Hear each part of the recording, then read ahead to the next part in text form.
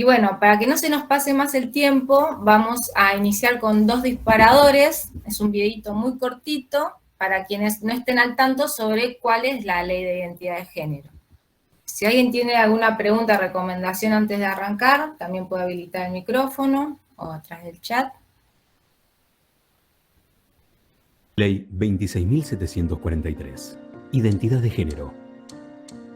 El 9 de mayo de 2012 se sancionó por unanimidad la Ley 26.743, que reconoce el derecho a la identidad de género de las personas. La ley promueve y garantiza el derecho al reconocimiento de su identidad de género, al libre desarrollo personal, a acceder a tratamientos hormonales e intervenciones quirúrgicas totales o parciales para adecuar su cuerpo, a ser tratada e identificada por su identidad de género. La orientación sexual, la identidad de género y su expresión son derechos humanos fundamentales. Argentina es el primer país del mundo en tener una ley que garantice poder cambiar nombre y sexo asignados al nacer con un nuevo DNI. Desde que se sancionó, más de 9.000 personas pudieron acceder a su nuevo DNI.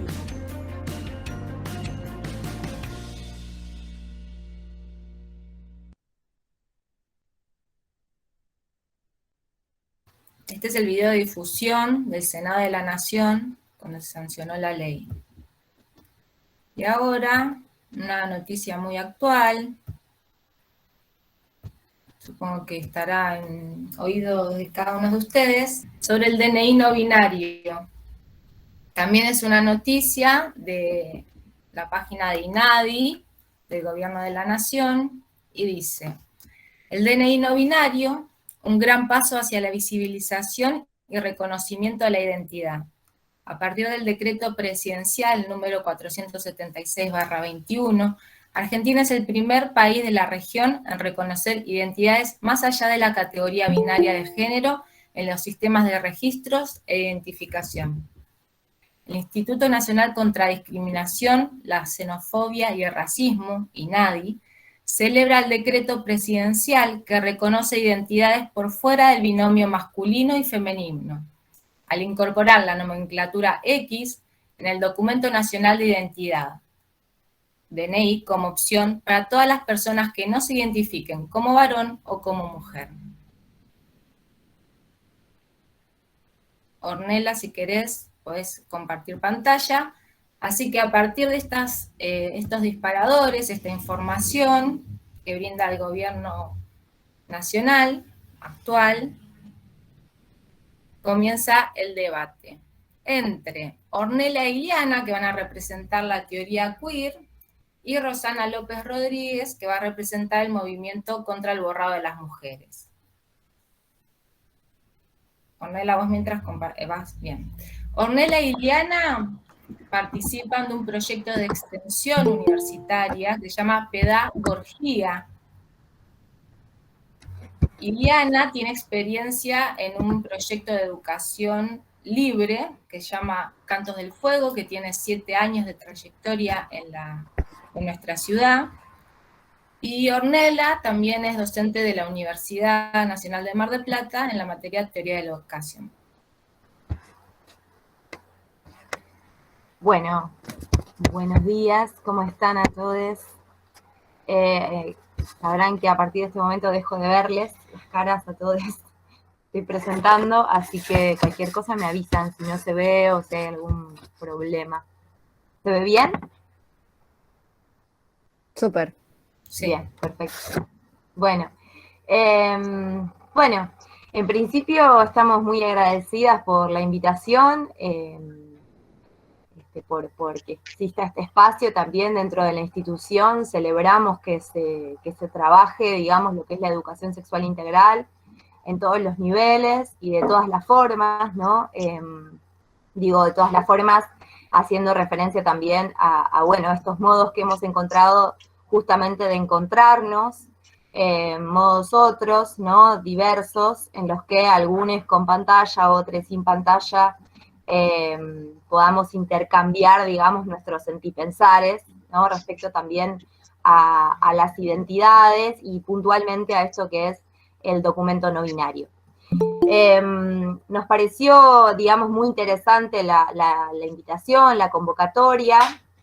a la vez que, bueno, algo que queríamos también, ¿no?, aportar, digamos, para comenzar esto del debate, es quizá esta posición, ¿no?, en la que fuimos invitadas de nominar, digamos, debate picante, ¿no? Y bueno, esta cuestión, digamos, de contraponer una posición con otra. Bueno, desde nuestro lugar, digamos, tanto Iliana como yo, ahora me lo va a comentar ella, pero la intención, digamos, es no confrontar, ¿no? No tenemos ese afán, simplemente porque nos parece que todo es válido, ¿no? Si estaríamos intentando, digamos, imponer una posición contra otra, ya sería un poco reproducir o reinscribir, digamos, lógicas patriarcales con las cuales no nos identificamos, ¿no? Por lo tanto, digamos, cada quien tiene su parecer, cada quien tiene su posición, su visión. Nuestras posiciones ideológicas siempre están atravesadas también por nuestras experiencias, ¿no? Entonces, digamos que podemos decir que todas son válidas, por lo menos en este contexto, ¿no? No vamos a por esto avalar cualquier tipo de posición ideológica, pero sí en este contexto nos parece que no sería el versus, ¿sí? Sino quizá podríamos permutar la idea del versus por un y, ¿no? Un también. Podríamos incluso llamar a una tercera, cuarta, quinta posición. Pero bueno, estamos muy agradecidas por este espacio y celebramos que esto suceda. Así que vamos a dar comienzo. No sé si Ile, vos querés decir algo más o arrancamos. No, quizás, gracias Orne, como sumar un poquito que nuestra idea entonces va a ser presentar algunos términos y conceptos para que todos vayamos estando como en la misma situación para luego afrontar un debate como más conscientemente. Entonces hacer un poco un recorrido de dónde viene esto de queer, qué es lo queer, qué es la teoría queer, qué es el movimiento LGTBIQ, como, bueno, hacer un poquito ahí una presentación de ciertos conceptos e históricamente también como algunas cositas hasta llegar hasta esta ley y bueno, y después seguir con el debate. Bien, avanzamos entonces, si mi computadora lo permite. Simplemente, a ver, vamos a refrescarle. Bueno, mientras, porque no comenté sobre la dinámica, cada posición tiene 15 minutos para exponer sus ideas. ¿Lo comenté o no lo comenté? Y después abrimos las preguntas. Como mucho la actividad se cierra a 12:30. Les dejo el lugar. Bien, muchas gracias. Bien, entonces en principio, ¿no? Vamos a dar un poco cuenta de esto queer. Fíjense que hay como también distintos modos de escribirlo o de inscribirlo, ¿no? Estos distintos modos, digamos, también tienen que ver, digamos, con las apropiaciones, ¿no?, que van surgiendo, con las apropiaciones que se van dando, así como nos vamos apropiando del lenguaje, digamos, esta escritura de tipo chat, ¿no?, que vamos realizando, tanto en Instagram como en WhatsApp, como en Snapchat, etcétera, tiene que ver con la apropiación que hacemos del lenguaje, ¿no? Así como cuando utilizamos un lenguaje no genérico masculino, ¿no?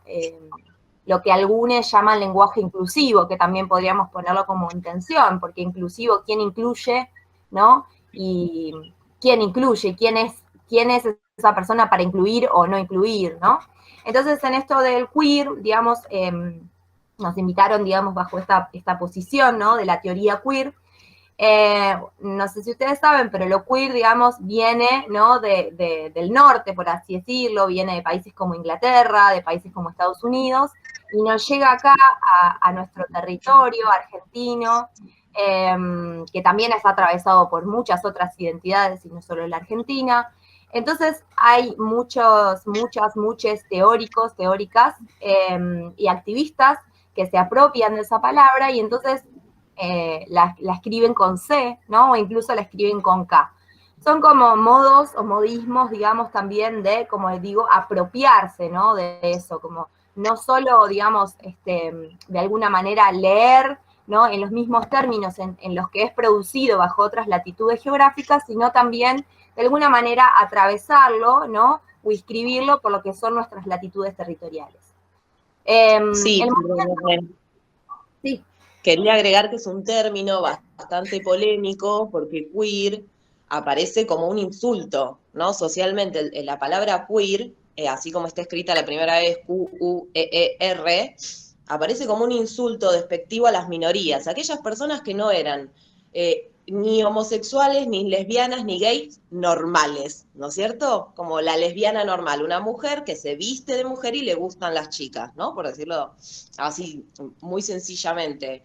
Entonces, personas que les gustaba transvestirse, o también eran bisexuales, o su forma de vestir era como no sé si es hombre o mujer, y a veces usa taco y brillo, y a veces un jogging, ¿no? Como en toda esta característica, aparece este insulto muy despectivo para estas minorías de llamarlas queer.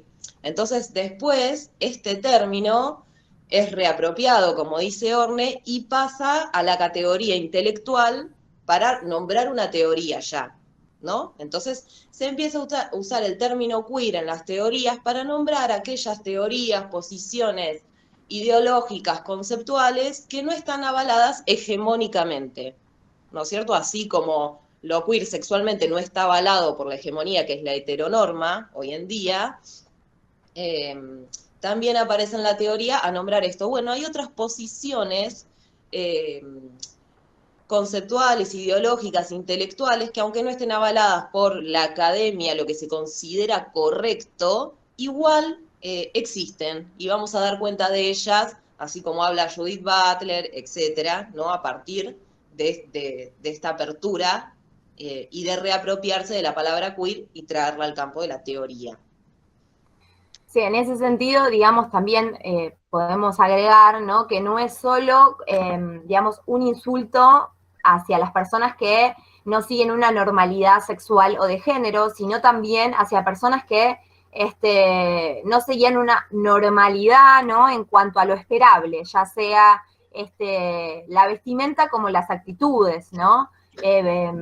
Digamos que el queer representaba lo raro, ¿no? Que a veces utilizamos la palabra random, pero bueno, lo queer en su momento se utilizaba para representar lo raro, rarito, ¿no? Aquella persona que también por sus quizás sus discapacidades, ¿no? A veces bajo el mote de fenómeno, a veces bajo el mote, quiero decir, como el término, ¿no? De queer, era como lo despectivo. Bueno, lo queer, digamos, hizo fuerza, ¿no? Hasta convertirse también en un movimiento y hasta convertirse también, justamente, encarnar una teoría. Nos hacíamos esta pregunta para hacerles también esta pregunta, después ya vamos a tener un momento, digamos, de intercambiar, que también es lo que más nos interesa, para sentir pensar, ¿no? ¿Es lo mismo el movimiento queer, digamos, o la teoría queer que el movimiento LGTBIQ? Y en este sentido es interesante dar cuenta que el movimiento LGTBIQ+, ¿sí? Del que ustedes quizá hayan escuchado hablar, el que, entre otras cosas, entre muchas cosas, trabaja por la visibilización, ¿no? de otras identidades no heteronormativas, trabaja mucho en lo que son las marchas del orgullo, ¿no? Esto es un movimiento identitario, ¿no? Es un movimiento que de alguna manera lucha o brega por la identidad, ¿no? Por la identidad de cada persona de acuerdo a su autopercepción, ¿no? A su autopercepción de género, no de sexo, ¿sí? No estamos hablando en términos biológicos, sino en términos de autopercepción. Entonces, ¿es lo mismo? No, no es lo mismo. ¿Por qué? Porque hay muchas personas, lesbianas, gays, travestis, trans, intersexuales, etcétera, que no se consideran queer, ¿sí?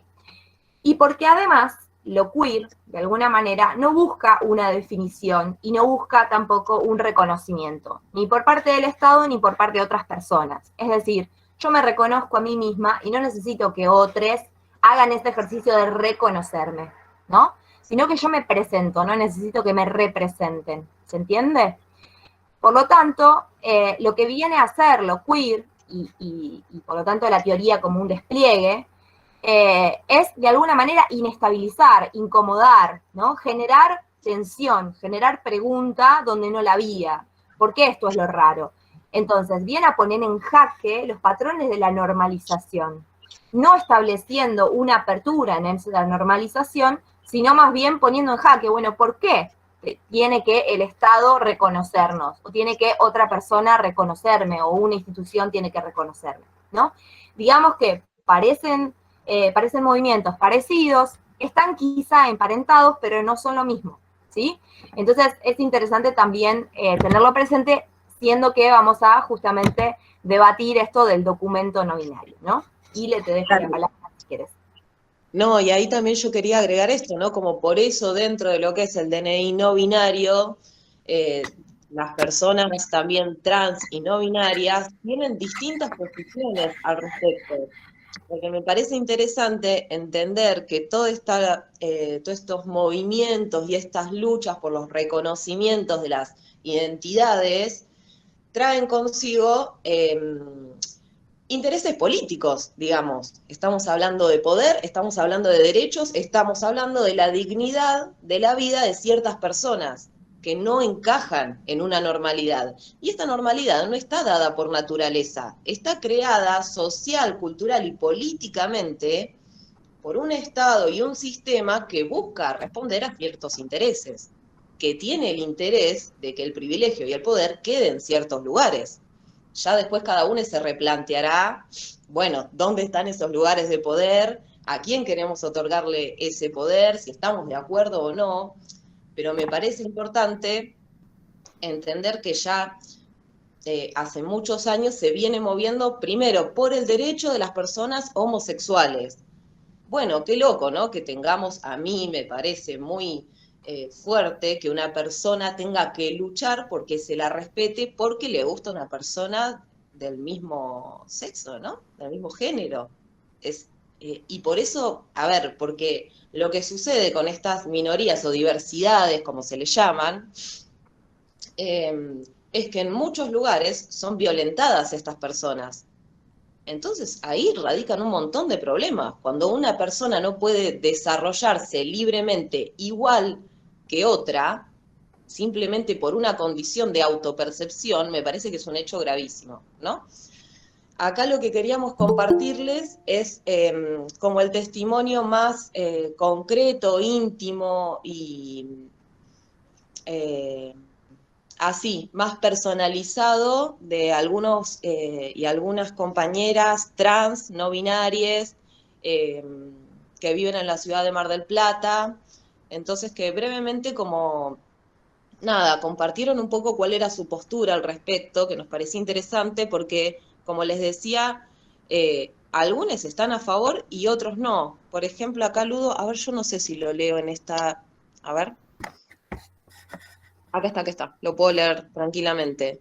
Esta primer presentación que comparte acá Orne es de Ludovique, es un compañero trans, no binario, que se hormona hace bastante, está acá en Mar del Plata, que por suerte hay un movimiento también que les acompaña a conseguir también esto, bueno, sus hormonas, hacerse la mastectomía. Algunos deciden transformar su cuerpo, otros no. Ludo en este caso sí. Entonces, con respecto al DNI no binario, decía, los parches me generan más inseguridad, más cuando las instituciones y los presupuestos no se disponen estructuralmente. ¿Sí? No es tan abierto, no es tan así como todos tienen acceso a las hormonas. Bueno, eso es una propaganda, ¿no es cierto? Después acá Ludo nos da este testimonio particular de la ciudad de Mar del Plata. Digo, siempre vamos a tratar de contextualizarlo. Así que si me da miedo, me expone y no siento al menos hoy sirva como DNI, porque de repente llegar a un lugar y tener un DNI de no binario te puede abrir ciertas puertas o te puede suceder ciertos abusos, ¿sí? Te agarra la policía con un DNI no binario porque, etcétera, porque estás en la plaza, en la calle, lo que sea. Bueno, no es tan sencillo, ¿no? Más bien sirve para que tengamos nuestros nombres, lo cual sí valoro, pero no lo voy a aplaudir. Tampoco creo que deba decir sexo en el DNI, en ese caso sería el DNI intersex, si al biologicismo se remiten. Bueno, esto es una postura de Ludo.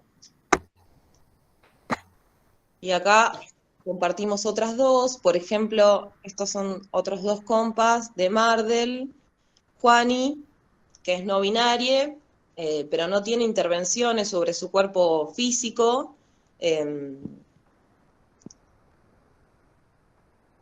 simplemente se denomina no binaria. Entonces su postura dice, en primer lugar siento que no confío en mi reconocimiento, la regulación de cualquier Estado que te otorga en muchos aspectos un rol pasivo en la sociedad y vulnera si te sentís en disconformidad con la construcción de normalidad y sus normas. Un poco esto que hablábamos, ¿no? Como mi contradicción está por no querer invalidar que personas que se identifican por fuera del parámetro binarista lo consideren una victoria en términos de visibilización y validación en la sociedad.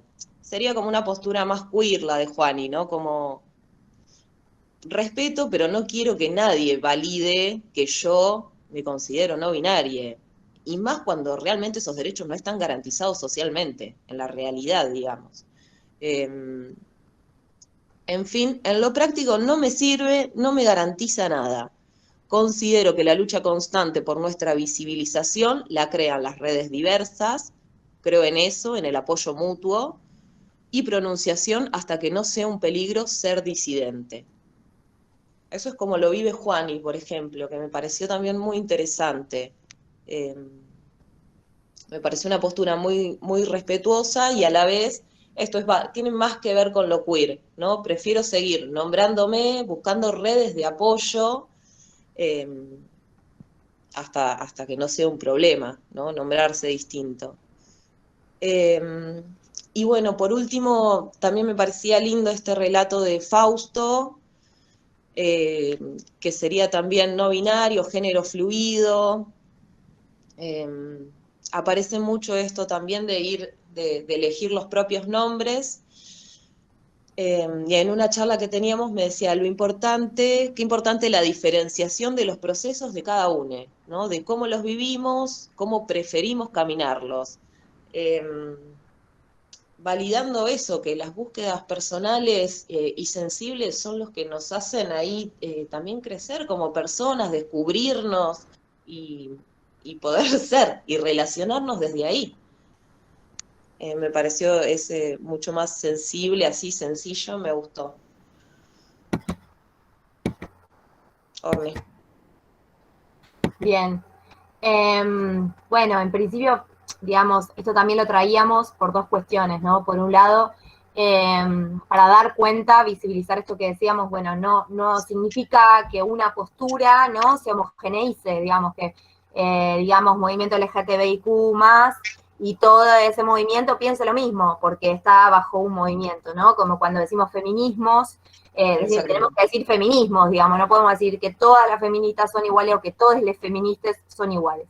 Entonces, en este sentido, pensaba mientras escuchaba también Ile, los relatos, que digo, bueno, en este sentido, el documento no binario, ¿no? Que es algo que vamos a seguir problematizando ahora, lo que viene a hacer es ampliar derechos, ¿no? Y entonces, digamos, a partir de eso, cada persona, ¿no?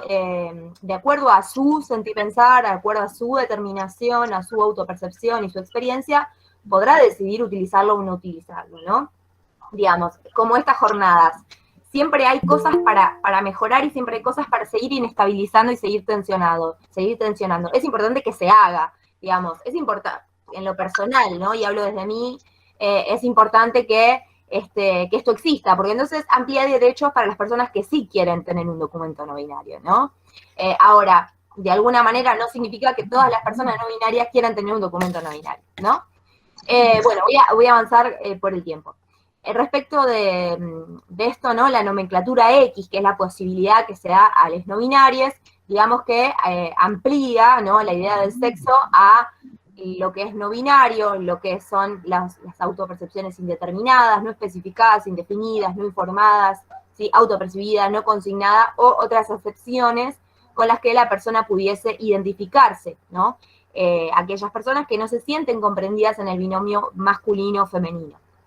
Y en esto, otra de los puntos por los cuales también queríamos traer, digamos, la palabra de... Ah, se me saltó una. queríamos traer la palabra de Ludo, de Fausto y de Juani, tiene que ver también con que ni Ile ni yo, digamos, nos consideramos no binarias, ¿no? Aunque en lo personal, y hablo por mí, ¿no? Por Ornella, no me siento para nada cómoda con lo que es femenino, ¿sí?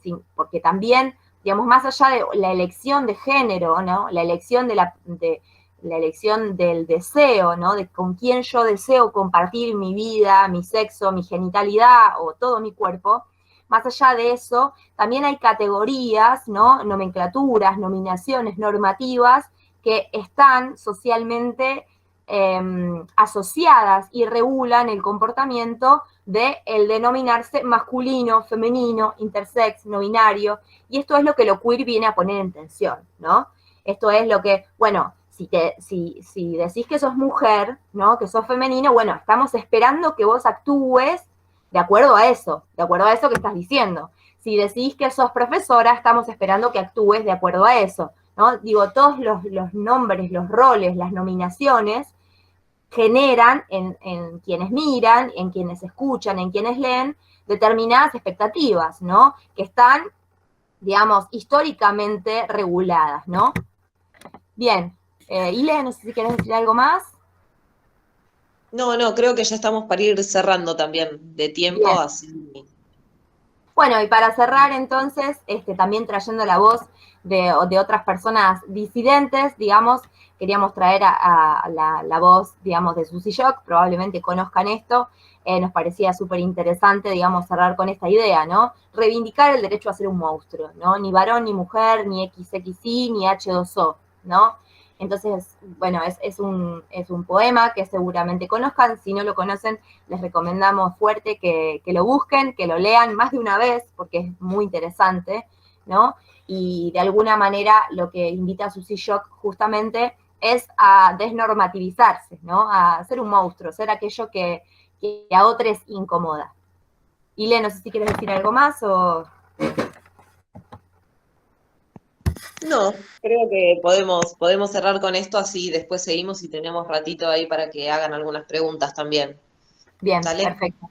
Bueno, entonces agradecemos una vez más a Ludo, a Juan y a Fausto por haber colaborado también con esta presentación. Les agradecemos a ustedes por la escucha, esperamos sus preguntas e inquietudes y agradecemos nuevamente por el espacio. Quedamos entonces a la escucha. Muchas gracias. Muchas gracias. Así que, como dijo Ornella, esperamos sus preguntas en el chat o al finalizar a través del micrófono. Y ahora le damos el lugar a Rosana López Rodríguez. Ella es docente de la UBA, es licenciada en Letras y militante de 13 Rosas. Rosana. Bueno, aquí estamos presentando. Esperemos que se vea, como decían las chicas, que yo ahora no las estoy viendo ni las estoy viendo. Así que bueno, empezamos. Para referirme a este auditorio de chicos y de chicas de una escuela media, yo soy docente de escuela media también y bueno, tengo bastante experiencia en el trato con los adolescentes y las adolescentes, así que bueno, mi presentación estaba más bien apuntando a ellos y a ellas. Bien, ustedes ya tuvieron en otras ocasiones seguramente jornadas ¿sí? Sin embargo, en esta oportunidad yo lo que quiero es comenzar por el principio, ¿sí? Así lo podemos relacionar con estos disparadores que acabamos de ver. La pregunta sería, ¿cuáles Rosana, son? vos Sí. estás compartiendo porque no vemos. Bueno, yo por lo menos no veo, no sé si le pasa... ¿No se ve? No. A ver. Si nos querés pasar, si no, y te... Espérate. Hoy probamos igual y funcionaba bien. Sí, se veía. Sí. A ver, esperen. A ver, pruebo de nuevo y a ver... No, acá ahora no me sale el... Esperen. Espérense que, a ver, pruebo ventana. De nuevo, una ventana. A ver ahora, probemos. ¿Se ve ahí? ¿Sí? ¿Ahora sí? Sí, se ve. Genial. Entonces, lo que yo apuntaba era cuáles son entonces los objetivos, o cuáles debieran ser los objetivos de una ESI, y cómo convertir estas jornadas, un poco también pensando en lo que decían las chicas, en espacios de reflexión y de crítica, ¿sí? Que me parece que son dos instancias cruciales en el proceso de enseñanza y aprendizaje, ¿sí? Cuando hablamos de educación estamos poniendo esto en juego.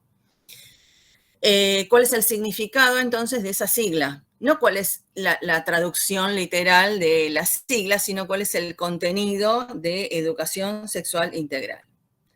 Si empezamos por educación, lo que sostenemos es que la educación tiene que estar fundamentada en hechos ciertos, comprobados, o sea, con fundamentos científicos. Podemos transmitir algo que para determinada sociedad y en determinado momento histórico es fehaciente, ¿sí? En este sentido, la biología es una ciencia y los estudios sociales también lo son. La ESI además dice ahí al final integral. ¿Qué quiere decir integral? Quiere decir que la ESI también educa en valores, en comportamientos, enseña y fomenta vínculos. Por supuesto que el objetivo es que esos vínculos sean saludables entre las personas y la sociedad y entre los individuos entre sí. Y después nos queda sexual, ¿sí? Que sexual tiene un doble significado acá. Por un lado, significa sexo, ¿sí? Los seres humanos como especie somos seres sexuados. Y por otro lado, significa sexualidad. Y la sexualidad es una de las formas por las cuales los seres humanos establecemos relaciones entre nosotros. Yendo a esto de qué es el sexo, decía recién que la especie humana tiene es sexuada y tiene dos sexos, ¿sí? Esos dos sexos tienen diferencias biológicas, que es el dimorfismo sexual, que en todos los mamíferos está presente, y en otras especies, por supuesto, pero en los mamíferos en todos, por la cual un 99,95% de la humanidad nace o XX, ¿sí? Sexo femenino, o XY, sexo masculino. Hay un fenómeno, que es un fenómeno también biológico, que ocupa un 0,05% de la población, que es el fenómeno de la intersexualidad. La intersexualidad por la cual esa persona no va a ser, ya sea cromosómica o genéticamente, o desde el aspecto gonadal, ni XX ni XY, ¿sí? Sin embargo, en este debate, en esta exposición, ni la mía ni la que escuché de las chicas, estamos poniendo sobre la mesa el problema de la intersexualidad, que es un caso muy específico para los seres humanos. Ustedes habrán escuchado, esto es el sexo, también vinculado al sexo, escucharon todo el tiempo, y está puesto en la ley de identidad, la palabra género. Ahora, ¿qué significa género? Así como dijimos, ¿qué significa sexo? Tenemos que explicar, antes de pasar a qué es la identidad, qué cosa es el género, ¿sí? El género es una construcción social de normas, de comportamientos que son, como tales, ¿sí? Como construcción social, variables históricamente. Según la persona haya nacido mujer o haya nacido varón, se le van enseñando una serie de comportamientos, se le imponen una serie de tareas sociales, entonces las nenas van a jugar con las muñecas, usarán aros, se vestirán de princesas. Se nos va a enseñar, ¿sí? A ser calladas, sumisas, responsables, sensibles. ¿Qué les pasa a los chicos? A los chicos se les enseña a ser activos, a no llorar, a divertirse con los autitos, ¿sí? A que les guste el fútbol. La división por colores está ahí en la imagen. Digo, a partir de esto, entonces la sociedad supone determinadas cosas y da por sentado, por ejemplo, en el ámbito escolar, que las chicas son esforzadas, disciplinadas, ¿sí? Y los varones son inteligentes. Digo, eso es un prejuicio y una expectativa de género. Son inteligentes, vamos a hacer la acotación, porque tampoco se la llevan de arriba, pero vagos, terribles vagos. A la vez, la sociedad no suele mirar justamente por estas imposiciones de género con buenos ojos a esas personas que se alejan de estas normas o imposiciones sociales, ¿sí? Que se comportan de otra forma. El género entonces está formado por todas esas enseñanzas que se constituyen, y acá creo que es una de las claves del debate, se constituyen a partir de una realidad sexuada. Entonces, la expresión de género, que seguramente también lo deben haber escuchado en alguna ocasión, y las chicas hablaban de cómo vestirse o cómo presentarse ante los demás, es justamente la vestimenta, los comportamientos, todos esos elementos que una persona muestra en sociedad, ¿sí? Los roles de género, entonces, son aquellos comportamientos que suelen constituirse como estereotipos, o sea, acá los tienen en la imagen, esas obligaciones que cada persona tiene según el sexo que tiene, el sexo con el cual nació. Entonces, las mujeres, el rol reproductivo, el espacio doméstico, familiar, ser ama de casa, hacer un trabajo no remunerado, que constituye generalmente por el servicio y el cuidado de personas, hijos, adultos mayores, incluso la tarea docente forma parte de este campo de las relaciones personales, el cuidado. Y el hombre le compete el rol productivo, ¿sí? El trabajo asalariado, el espacio público, el espacio de poder, de responsabilidad, de jerarquía, de autoridad. Y acá vamos a la clave de relaciones entre los sexos a partir de las imposiciones de género. Las mujeres en su espacio de subordinación y los hombres como los dominantes, los que deben ser los dominantes de las mujeres y, por supuesto, y esto también es un problema dentro del propio sexo, con otros varones, ¿sí?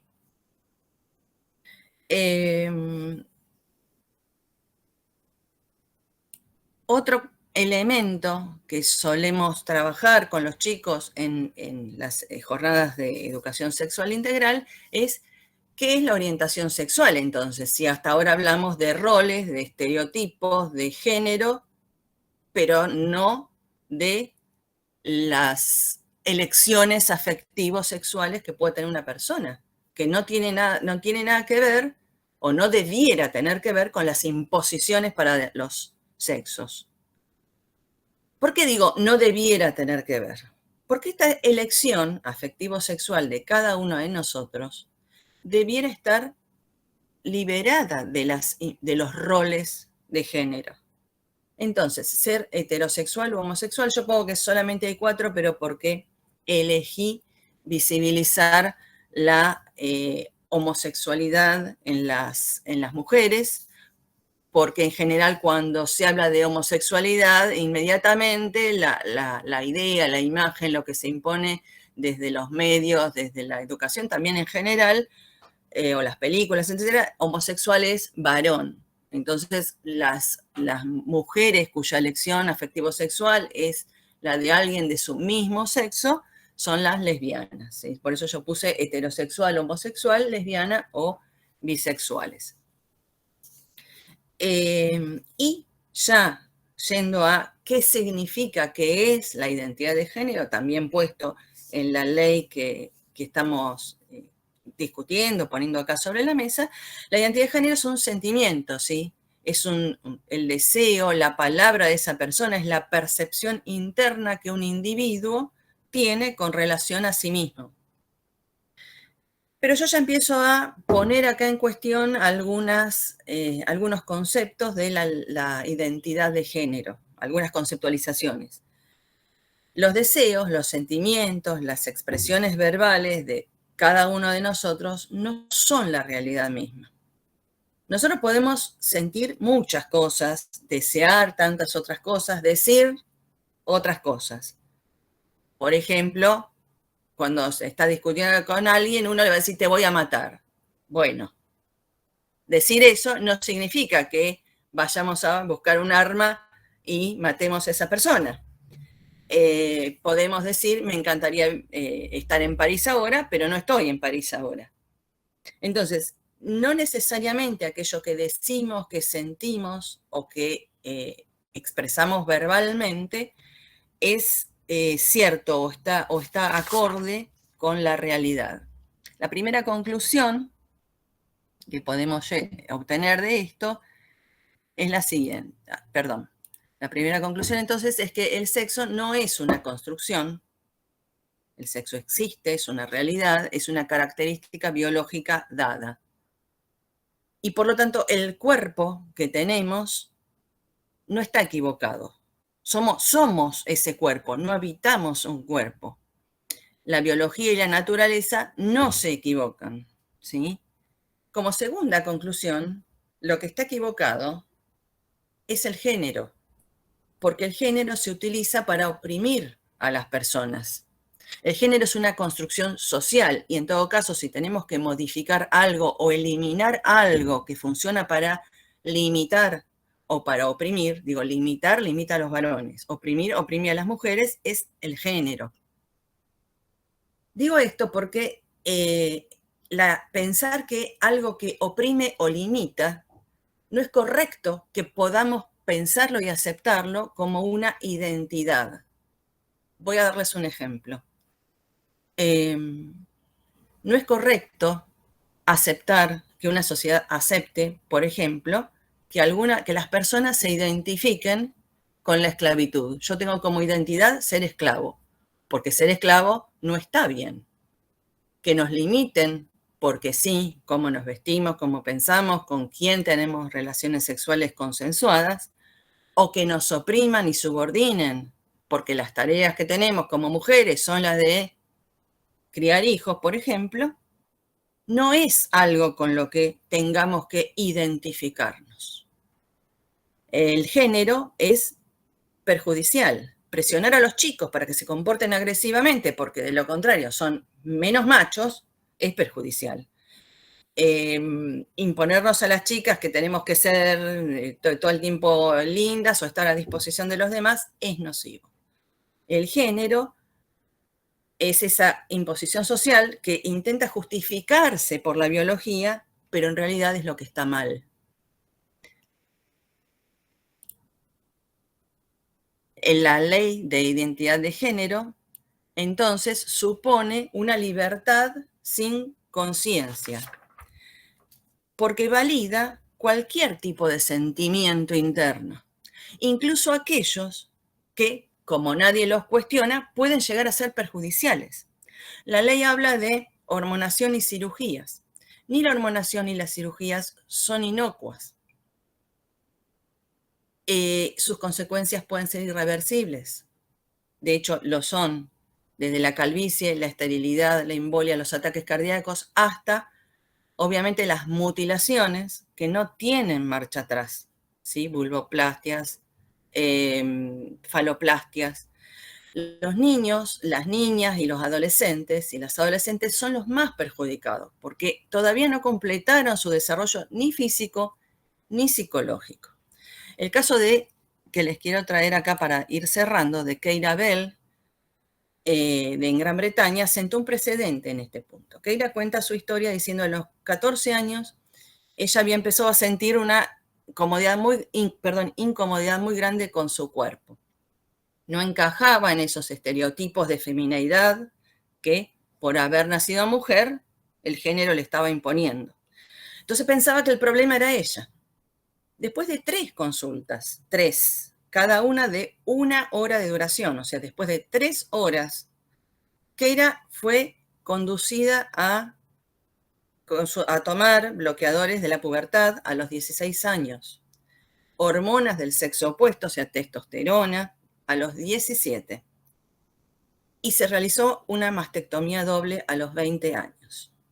3 años después se arrepintió, porque hoy sabe que todos esos procedimientos, como dice ahí la cita que yo traigo de una entrevista que se le hizo, solo le otorgaron la facilidad para esconderse aún más de sí misma.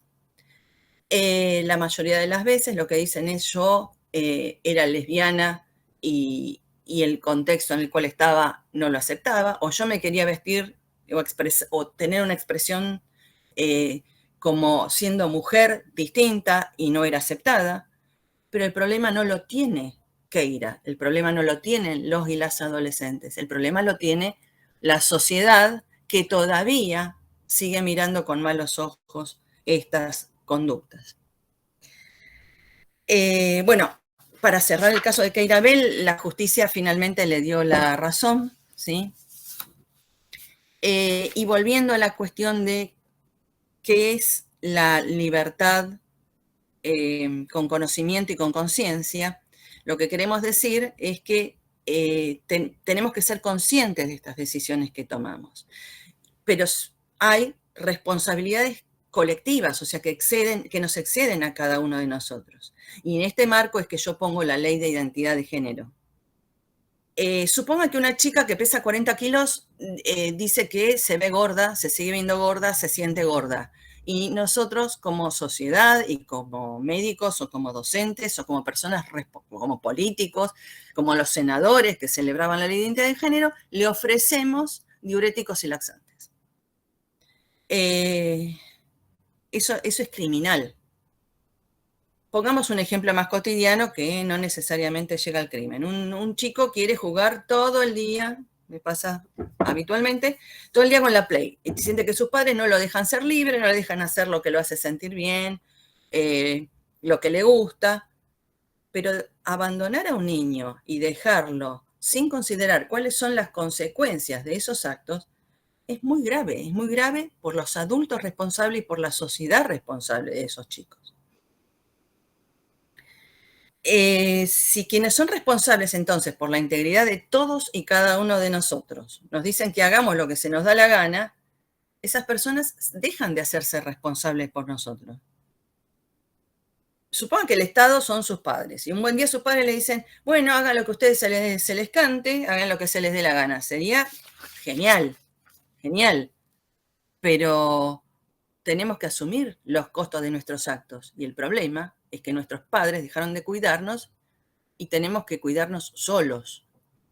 Los responsables políticos de un país no deben desentenderse de todos y cada uno de los individuos que presenten problemas o disconformidad en la sociedad, sacándose el problema de encima y diciéndole, toma tus hormonas, toma tus diuréticos o tus laxantes, toma tu DNI con una X.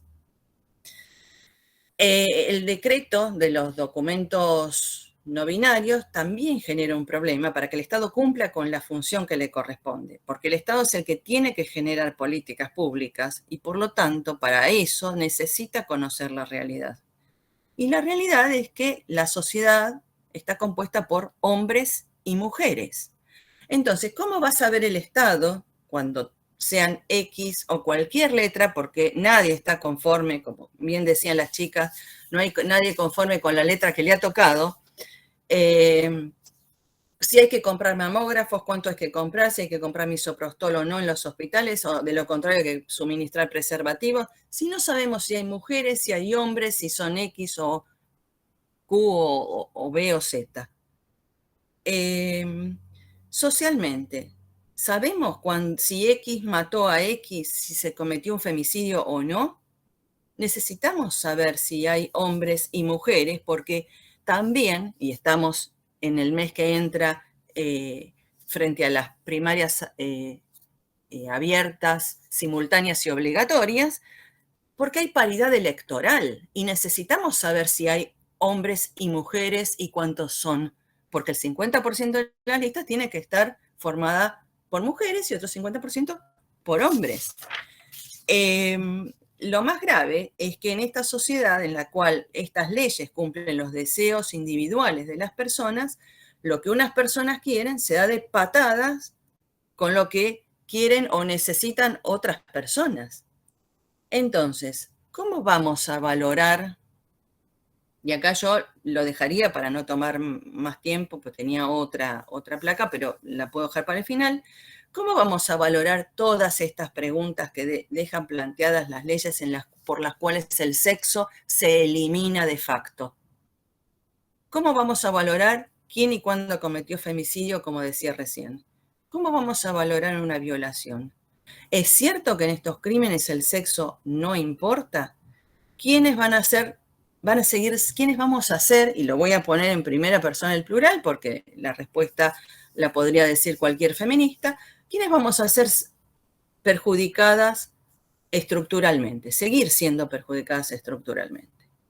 Dado que existe una estructura que subordina a las mujeres, por ejemplo, en otro campo, la eliminación del sexo en el campo deportivo, ¿es equitativa?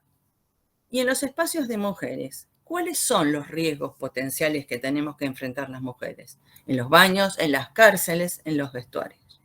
Yo dejaría esto como pregunta, porque pensar que este tipo de leyes es nada más solamente una ampliación de derechos, tiene que llevarnos necesariamente a pensar que cuando se amplían, entre comillas, derechos de un sector de la población, que obviamente, a quienes obviamente por orientación, ni por expresión de género, ni por ninguna otra razón que sea de índole aceptable socialmente, debe ser discriminada, ni humillada, ni considerada minoría.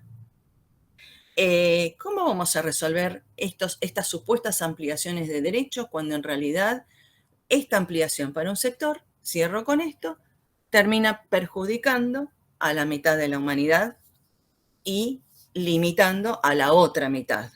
Bueno, con esto cierro y si tienen las preguntas, avanzamos después.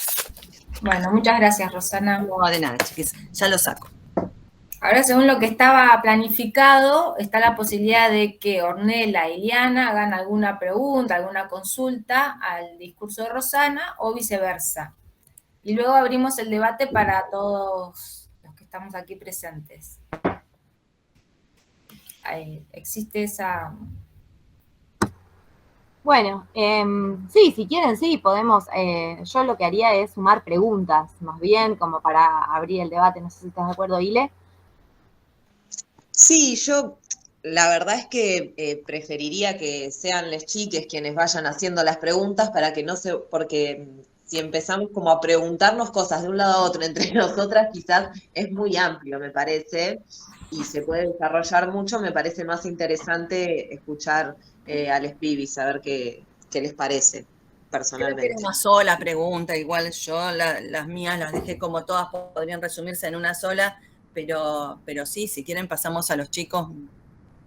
Sería interesante que quienes sostienen que estas normativas solos significan ampliación de derechos y en definitiva no hay ningún perjuicio para nadie, pudieran explicarles a los chicos y a las chicas y a nosotras también, a las mujeres que somos feministas y no estamos...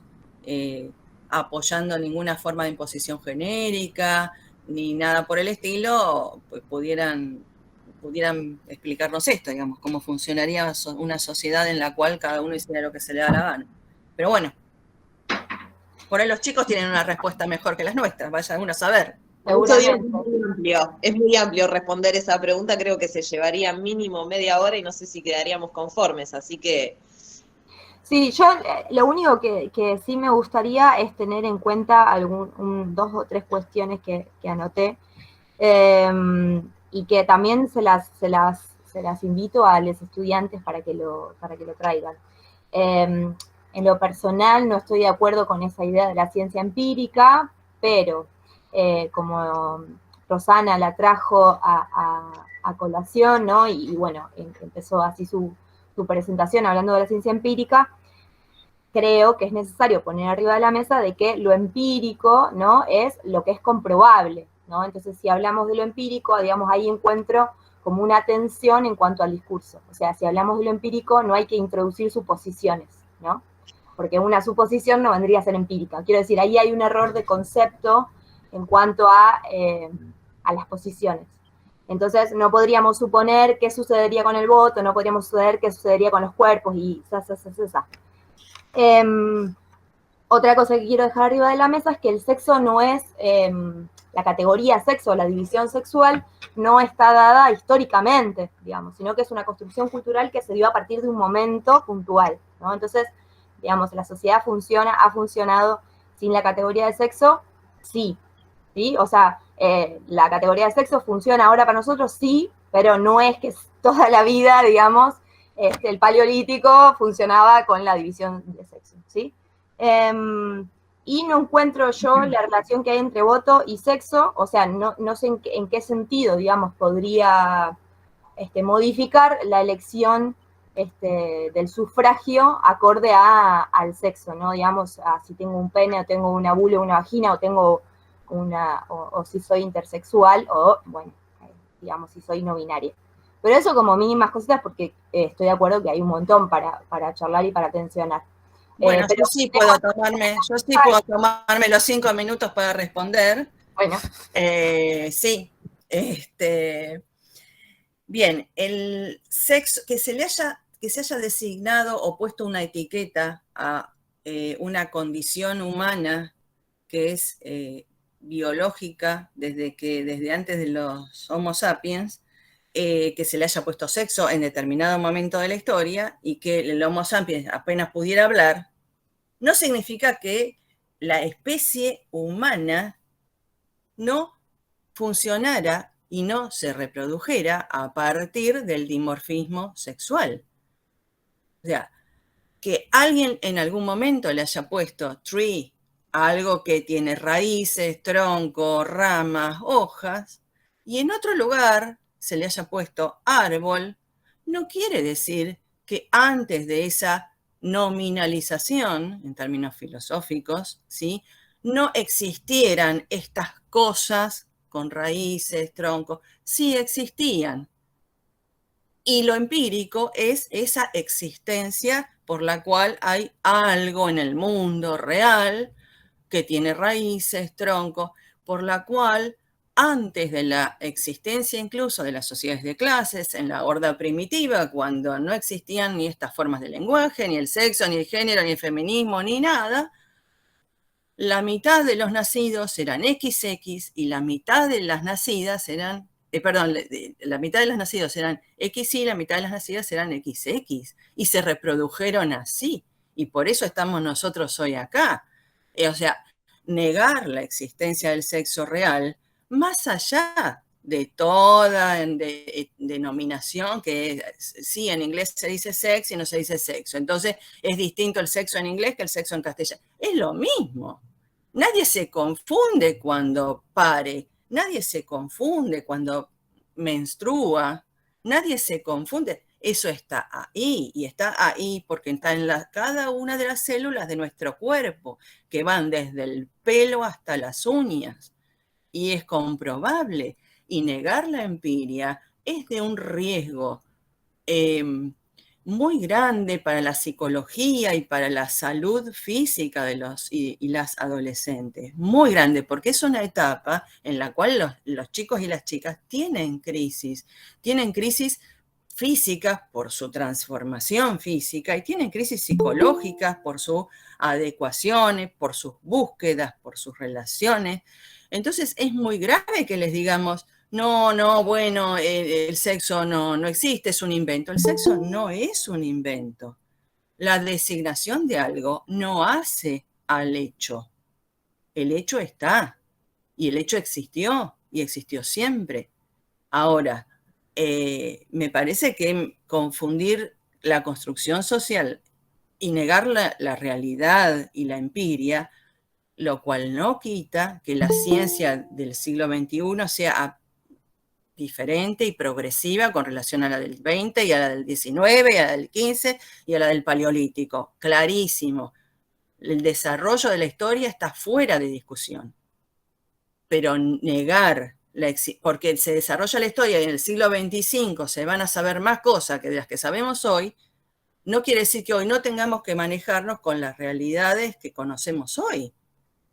Eso por un lado. Con relación a, yo no hago futurología. Cuando digo, ¿qué va a pasar con las listas? Y va a pasar lo que pasó en Jujuy, donde hay 3 concejales que entran en las listas como mujeres y ni siquiera tienen hecho un cambio de documento.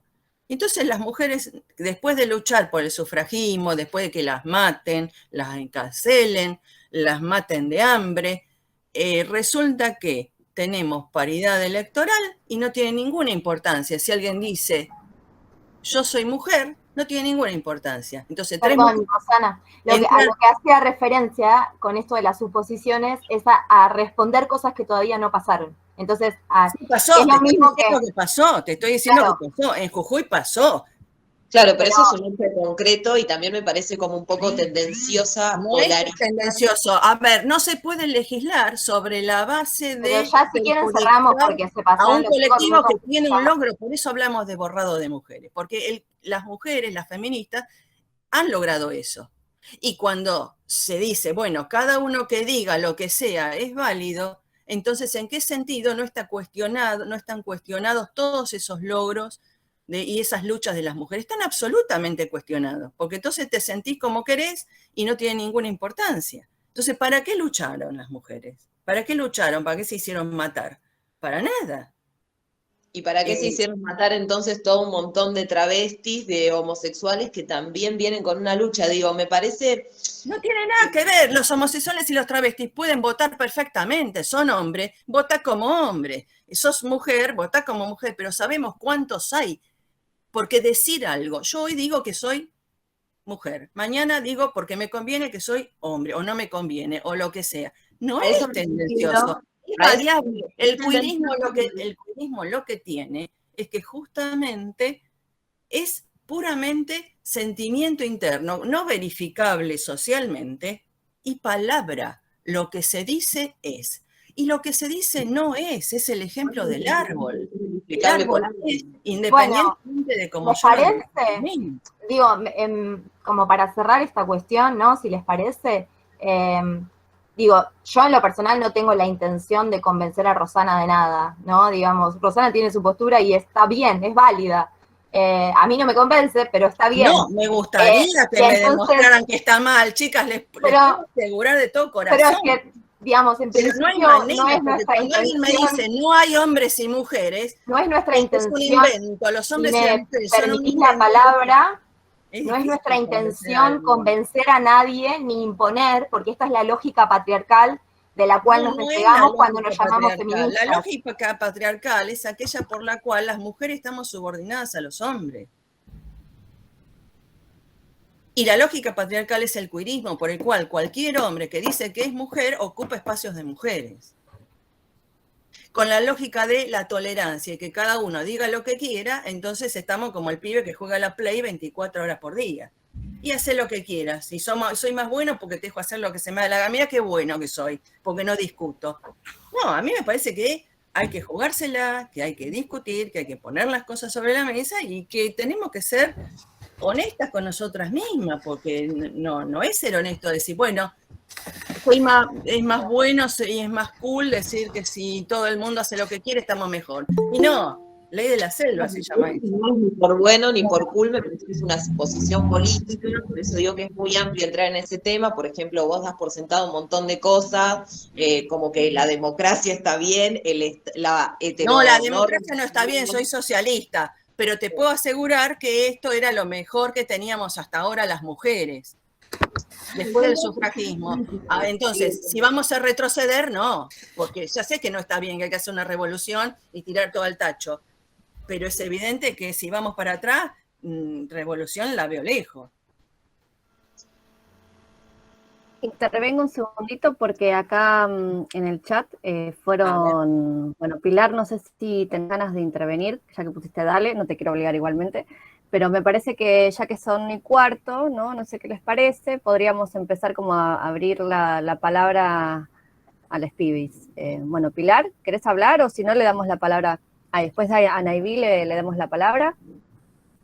Dale, sí, yo quería preguntar, en base, digamos, o sea, diciendo como que el género digamos, existen identidades masculinas y identidades femeninas. ¿No sería eso mismo como reencarnar, digamos, el estereotipo de, por ejemplo, rosa de mujer, azul de varón, por poner solamente un ejemplo?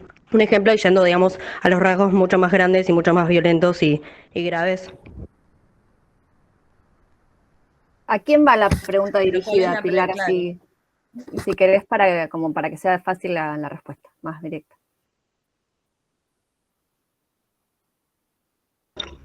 Quería preguntar, digamos, cuando nosotros hablamos de, por ejemplo, calculo que ustedes también están de acuerdo, pero, por ejemplo, no hay cosas de mujer y cosas de varón, pero después se habla de identidades más femeninas o identidades más masculinas o de incluso, digamos, no binaria, o sea, que es no binario salir del binarismo y qué implica ese binarismo, o sea, no sería como seguir, digamos, reivindicando digamos, el patriarcado por poco, porque, o sea, ciertas cosas son de mujeres y ciertas cosas son de varón.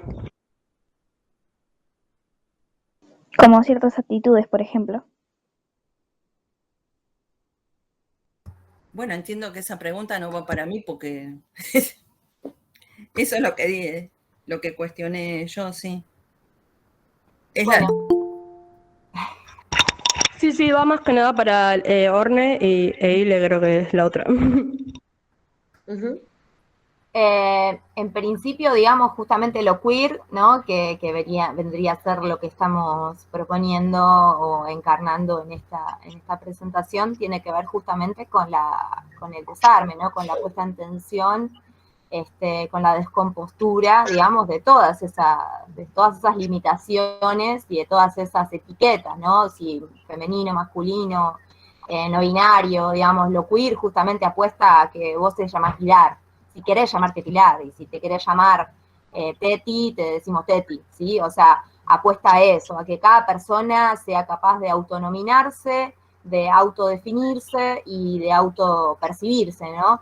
En cambio, por eso hicimos la distinción del movimiento LGTB, porque el movimiento LGTBIQ+, etcétera, lo que hace es bregar, es decir, luchar justamente por el reconocimiento de categorías que si bien son con las que se identifican, también son categorías que de alguna manera están normatizadas, están normativizadas, digamos, están por fuera de la heteronorma, pero están reconocidas socialmente, ¿no? Si yo digo, soy Ornella y listo, ¿qué género sos, Ornella? Eso no entra en ninguna categoría de género, ¿no? Ni de sexo. Entonces, digamos, en este sentido, digamos, lo queer no postula justamente una continuidad de lo que es femenino o masculino o no binario, ¿sí? No sé si quedó claro, si querés agregar algo más. Sí, yo quería agregar porque me parece, ayer justo tuve este debate con otros amigues y es una tensión que existe porque, claro, a la vez al nombrarte no binaria seguís perpetuando que hay algo binario, o sea, es como me parece que es una encrucijada muy de tipo filosófico, pero a la vez es la forma que encuentran las personas que no se consideran ni hombre ni mujer por el simple hecho de responder al biologicismo de haber nacido con vulva o con pene, es la manera que encuentran de nombrarse, ¿no? Porque si no sos hombre, si no sos hombre o sos mujer, y la verdad que no soy ninguna, te dicen ellos. Entonces, bueno, de alguna manera hoy tiene que nombrarse, y como decía Juani, espero que el día de mañana no tenga que yo decir cómo nombrarme, que me puedan respetar por lo que soy y cómo me estoy sintiendo. Hoy en día necesitamos nombrar y tener un movimiento que diga LGBTIQ+, y sí, obviamente que cuando decimos una cosa, estamos dando por sentada que existe la otra opuesta. Entonces, sí, ahí ya cada uno verá de qué lado decide pararse, si considera que está de acuerdo o no con la existencia de un binarismo, de que la sociedad se organice. Este binarismo me parece que, o sea, es histórico, tiene que ver con el eurocentrismo. A partir de la idea de raza se instala una forma de pensar que tiene dos polos siempre, ¿no? Que las cosas van a estar siempre divididas en dos. Y después llegamos a la idea de hombre, mujer, género, raza. No sé si sabían, por ejemplo, nos cuenta en un encuentro acá en la universidad, Lorena Cabnal, feminista comunitaria de la comunidad de Guatemala, que en su comunidad no existe la palabra para nombrar ni hombre, ni mujer, trans, que las relaciones se dan fluidamente. Las mujeres paren, los hijos se crían, pero esos términos son términos postcolonialistas, ¿no? Entonces no lo demos por sentado tampoco, ¿no? Hay estudios antropológicos, además, que hablan de esto si alguno quiere introducirse. Perdón, me fui un poco, ya está. Bueno, gracias. Seguimos. Naivi. Naivi. Sí, hola a todos, todas. Yo lo que quería preguntar iba también un poco de la mano con lo que íbamos charlando, estaba más dirigido a Ornella y a Liliana. Igual me parece que estaría bueno por ahí si alguien después tiene alguna pregunta para Rosana, como para que se vaya equiparando un poco la conversación. Pero nada, yo lo que quería preguntar más que nada es que no me cierra esta idea de la cuestión de la identidad como sentimiento, ¿no? Digamos, yo siento ser mujer o yo me autopercibo como tal. Entonces, por ejemplo, hablando en función a lo que dice la teoría queer, yo hoy sería una mujer cis, pero me parece que el hecho de ser cis y esta cuestión de que entonces significaría que estoy conforme con el género que se me asignó al nacer en función a la genitalidad femenina que tengo, no es algo, digamos, con lo que yo pueda considerar estar conforme, porque entiendo que ser mujer no habla de cómo me visto, cómo llevo el pelo, si me maquillo o no, eso no tiene nada que ver, digamos, ¿no? Porque sabemos que es algo que se tiene que desmontar, sino que el ser mujer implica que si yo salgo a la calle, tengo miedo de que me secuestren, o que me pueden violar, o que me acosen, o que cuando tenga que meterme en el ámbito laboral voy a tener un montón de imposiciones por sobre, imposiciones no, impedimentos, por lo que podría tener un varón haciendo exactamente lo mismo que yo, todo me va a costar el doble, y va a ser tipo, toda la cuestión de lo que implica ser una mujer en la sociedad. Y yo, digamos, no estoy conforme con eso, no es algo con lo que yo pueda decir, soy cis, y por eso decido seguir sosteniendo esta vida que tengo porque así se me asignó. Entonces no entiendo cuál es la cuestión de que una persona pueda sentirse mujer, entonces, digamos, transicionar justamente al género opuesto al que se le asignó al nacer, en base a qué. Digamos, si sabemos que el género no es cómo nos vestimos, ni cómo nos expresamos, ni cómo nos sentimos, porque yo me siento de una forma que no tiene nada que ver con cómo después me responde la sociedad a lo que soy. Entonces, digamos, ¿cómo una persona podría decir ser mujer si ser mujer implica todo eso en la sociedad? Si ser mujer significa la potencialidad de que te violen, te secuestren, te metan en redes de trata, te abusen, digamos, en la pornografía, bueno, demás, ¿no? Entonces, no entiendo cómo podría ser una identidad todo eso, cómo es que yo soy eso por el hecho de ser cis. Me parece muy interesante lo que planteás, porque yo lo que me pregunto es cómo podríamos nosotras imaginar cómo se siente otra persona que algo que yo no estoy sintiendo. Concretamente, yo nunca tuve un abuso, ¿cómo podría yo encarnar la voz de un hombre o una mujer que fue abusada sexualmente? ¿No?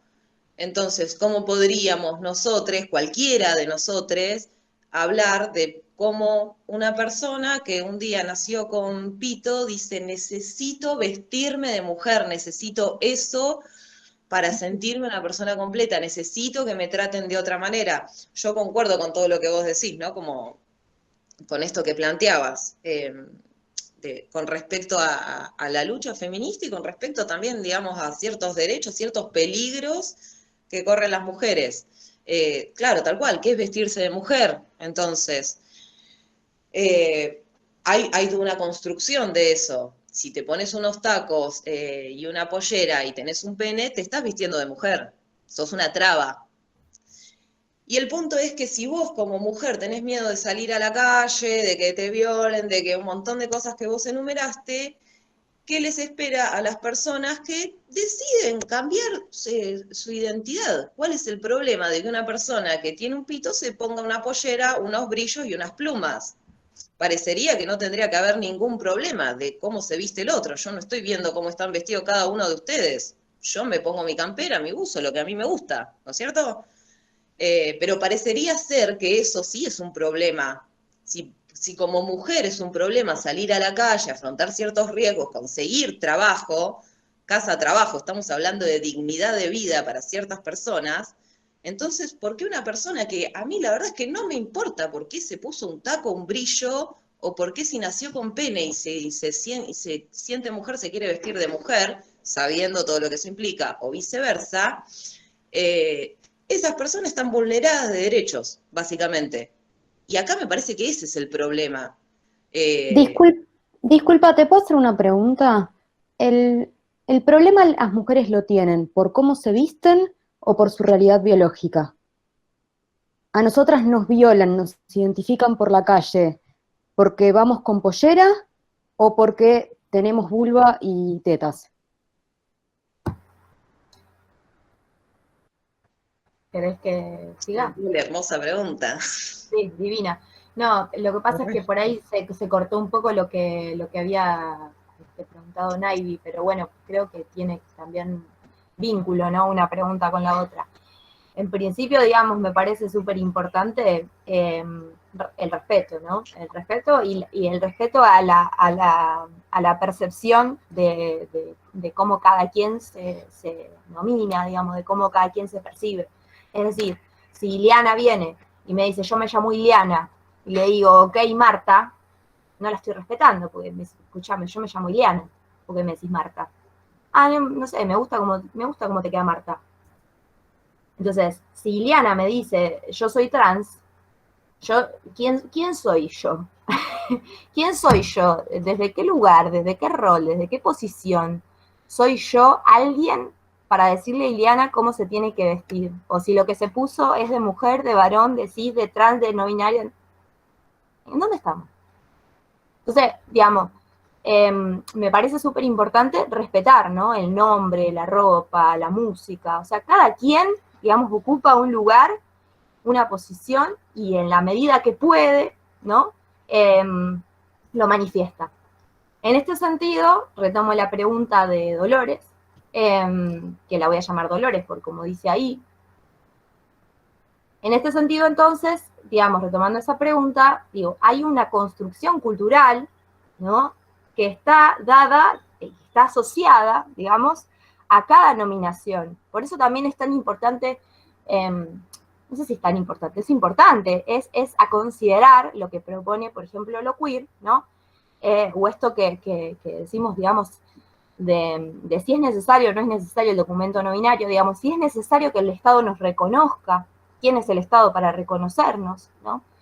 Ahí se abren muchas, digamos, se van a vehiculizar y se van a potencializar muchísimas preguntas, ¿no? Que muchas van a quedar necesariamente sin respuesta porque todavía no tenemos la respuesta, porque también son procesos históricos, culturales, políticos, ideológicos que necesitan un tiempo.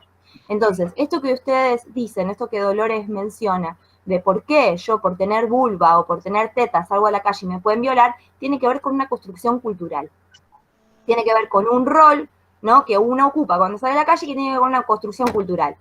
Que si vos te vestís como hombre, entre comillas, porque no estamos diciendo que hay una forma, sino que estamos diciendo que hay una asociación a esa etiqueta del hombre, del mujer, del queer, del lesbiana, del trans, eso te va a poner necesariamente en peligro en la calle. ¿Por qué? Porque justamente hay un montón de operaciones simbólicas, ideológicas, violentas, que están operando sobre ese territorio, espacio público, para que nos sintamos en peligro, para que no lo ocupemos. ¿Esto fue siempre así? No. No. Tiene que ver justamente con un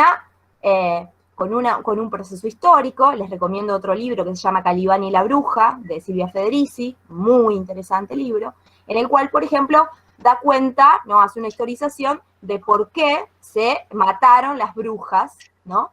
De por qué se hizo ese exterminio gigante de brujas para poder pasar de un sistema feudal a un sistema capitalista.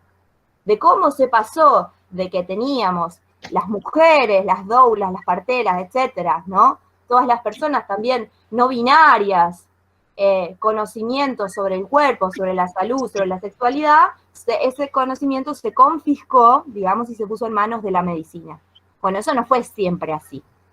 Entonces, hay un montón de cuestiones que también es interesante ponerlas en perspectiva histórica, ¿no? Porque entonces en este sentido nos permite saber que hay cosas que están cambiando, hay cosas que van a seguir cambiando necesariamente porque no podemos atarnos a patrones, ¿no? No podemos atarnos a que las cosas van a ser siempre de la misma manera. Sí, no sé, porque hay más preguntas. Si hay más preguntas, sepamos que también el debate es para reflexionar para preguntarnos y para colectivamente, tal vez las respuestas no las encontremos acá, ni Ornella, ni Liliana, ni Rosana, ni las profes tengamos las respuestas, ¿sí? Pero lo interesante de este espacio es que nos sirva para reflexionar y para preguntarnos. Catalina. Pero yo quería agregar algo en la pregunta de si nos violan porque estamos vestidas con pollera o por el simple hecho de ser mujer. Para mí es más una sexualización hacia nuestro cuerpo, así es más, vi un video hace poco de una chica que tiene curvas y decía que no podía ponerse polleras porque hace que se vea inapropiado. Lo que pasa es que la gente que te dice que tu cuerpo es inapropiado por tener una pollera o tener algo pegado, te está sexualizando. Sexualizando tu cuerpo más que otra cosa. Lo único que piensan es que te ves mejor así, te ves más deseable de esa forma por mostrar tu cuerpo. Lo único que pasa ahí es la sexualización de un cuerpo, en mi opinión. Y tenía una duda, era hacia Ornella, que se me cortó un poco el video en esa parte, ¿cuál era la diferencia entre la teoría queer con el colectivo LGTBIQ+. Ornella, tratamos de responder sintéticamente y se prepara Morena y Krausa. ¿Querés responder vos, Ile, o...? Dale, respondo lo más decididamente que pueda. La teoría queer, dijimos que queer viene de un insulto despectivo hacia las minorías, digamos, que no eran justamente reconocidas como homosexuales, lesbianas, ¿no? Sino como algo más bien raro, como decía Orne. Después este concepto pasa al campo de la teoría, ¿no? Para nombrar todas aquellas ideas que son marginales, que no pertenecen a una hegemonía académica o de pensamiento. El movimiento tiene que ver más con una lucha histórica y social por ciertas identidades, por reconocer el derecho de ciertas identidades, que sí se encasillan en algo, como yo soy lesbiana, yo soy gay, yo soy no binaria. Bueno, los queer van a decir, no me identifico con nada, yo no quiero que vos, el Estado, la sociedad o esa supuesta mayoría, me dé su reconocimiento. Yo me reconozco por el simple hecho de ser una persona y nombrarme como a mí se me canta. Es más sobre las etiquetas. Tiene que ver un poco más con las etiquetas, también tienen mucha connotación política. Claro. Pero queer no aparece en las siglas del colectivo. ¿No sería como una etiqueta también eso? Sí, aparece como nombramiento, pero en realidad en ese nombramiento queer viene a representar a aquellas personas que no se sientan representadas. Y esa es una tensión que existe entre los queer y el movimiento. Como, no me incluyas, bueno, sí te incluyo para que seas reconocido, yo no quiero que me incluyas. Es una misma tensión, ¿no? Claro, ya entendí. Digamos que, como para una cosa sumar muy breve, pero siempre, digamos, para agruparnos buscamos un nombre, ¿no? O sea, te llamás de alguna manera. Entonces, digamos que todo eso está agrupado bajo la queer, pero también puede ser que en otro momento adquiera otro nombre o se multiplique o se fractalice, digamos. El punto es que no busca tampoco uniformizar, digamos, homogeneizar, ¿sí? Y que no busca responder a esto, ¿no? A etiquetas predeterminadas, ¿sí? Sino más bien respetar... Incluir. Cada uno. Sí, en realidad no incluir, porque la palabra incluir es compleja, porque incluir, ¿quién incluye? O sea, vos incluís, ¿a quién incluís? Ya el hecho de, quiero decir, hay palabras que nos ubican en un lugar. Si yo digo yo te incluyo, estoy dando cuenta de que yo, de alguna manera, tengo una potestad para incluirte. O como docente, o como adulta, o como lo que sea, ¿no? ¿Yo quién soy para incluirte? Vos te incluís sola, desde el momento en que tenés existencia. A ver, no seamos ingenuos tampoco en que para tener esa existencia, para tener esa potestad de autodeterminación y de autoproclamación, hay un montón, digamos, de cuestiones políticas, históricas, culturales, socioculturales que entran en juego. Por eso, volviendo al tema del debate, esto del DNI no binario, lo que decíamos es amplía derechos, sí, porque justamente lo que da la posibilidad es de que una persona que se siente no binaria pueda utilizar ese derecho, ¿sí? A la vez que restringe, sí, quizá a la vez que restringe, porque a la vez que también está nominando dentro de un sistema clasificatorio, ¿sí? Pero la palabra incluir es compleja, ¿sí? Bueno, gracias. Morena, Creusa, Lucía, ¿se preparan? Bueno, hola, las tres. Nada, primero que nada, gracias porque quedó todo bastante claro. Y quería hacer una mención especial a Rosana porque creo que hay muchas mujeres de acá que pensamos como ella y que nada, y que a veces somos violentadas y nada, y no está bueno y creo que hay que respetar la diversidad de opiniones. Y bueno, y después de esto quería preguntarle más que nada a Orne y a Iliana, básicamente, o sea, quería traer como a debate algo que está bastante, o sea, cruzado, digamos, o que justamente es bastante debatible sobre las infancias trans, que nada, o sea, que básicamente que el punto es, digamos, hasta dónde realmente un niño o una niña, no sé, de 10 años, 12 años, puede decidir ya a esa edad o puede ser plenamente consciente de lo que conlleva cambiar de género a tan corta edad y que desde mi punto de vista normalmente es una decisión de los padres y madres y creo que también se repiten mucho los patrones, es como, o sea, lo hablo desde haber escuchado testimonios de niñas y niños trans, que siempre se repiten los patrones, ¿no? Porque a mí de chiquito me gustaba jugar con muñecas, entonces nada, me dijeron que era una niña y hoy en día soy una niña trans, o sea, y nada, como que se repiten mucho esos patrones y bueno, y vuelvo a la pregunta central, ¿qué es de niña? ¿Qué es de niño? O sea, jugar con muñecas es exclusivamente de niña, sí, yo creo que no. Entonces nada, básicamente eso, como traer a debate también el tema de las infancias trans. Me encanta, More, qué lindo. A mí también cuando arranqué hace algunos años a investigar sobre el tema, porque como les dije, también formo parte de un proyecto de una escuela libre hace 7 años, trabajamos con infancias, con niñas desde 1 año y medio hasta 9 años, y entonces de repente la motivación por investigar, digo, bueno, la misma pregunta, che, pero ¿a qué edad empieza? ¿Esto es realmente así? ¿Tiene que ver con una interpretación de los padres? Como, ¿realmente es posible que un niño me hacía las mismas preguntas? Y fue a raíz también de que uno de los niños de la escuela, un día León, que más allá de que usaba su pelo largo y elegía algunas cosas que podemos decir que sí son de mujer, ponerse un vestido, por ejemplo, concretamente, había muchos que elegían usar vestido, muchos de los niños elegían disfrazarse con un vestido, pintarse las uñas, los labios, y no había un problema. Pero León, todos los compañeros le decían ella también, y él se reconocía como ella, te decía ella, y yo al principio también era tipo, no, te llamás León, vos sos León, le decía. No, yo no soy León, me decía, soy ella. Bueno, a raíz de eso vi un documental muy hermoso también, es peligroso, ¿no? Hacer un análisis, vos decís, bueno, he escuchado ciertos relatos y poder sacar una conclusión sobre eso me parece que requiere de una investigación como mucho más profunda, digo, ¿no? También más allá de la que hice yo, que es muy escueta, digamos, por eso es interesante seguir charlándolo, pasarnos material y también escuchar desde la propia voz de esos cuerpos.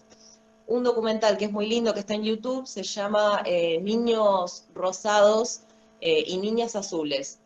Entonces también ahí pueden hablar los niños, creo que desde 4 o 5 años van contando sus experiencias y también cada uno de sus padres y madres va contando cómo lo fue viviendo cada uno, ¿no? Hay chicos desde 4 o 5 años hasta, no sé, creo que 14, porque uno habla del proceso de hormonas.